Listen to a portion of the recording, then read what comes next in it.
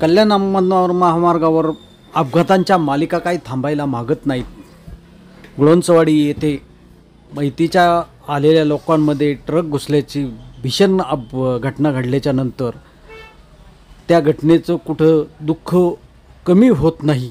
तेच एक ट्रक गुळ भरलेला ट्रक कल्याण अहमदनगर महामार्गाने जात असताना चारंगबाबाच्या तिथे रस्त्यावरून खाली गेला।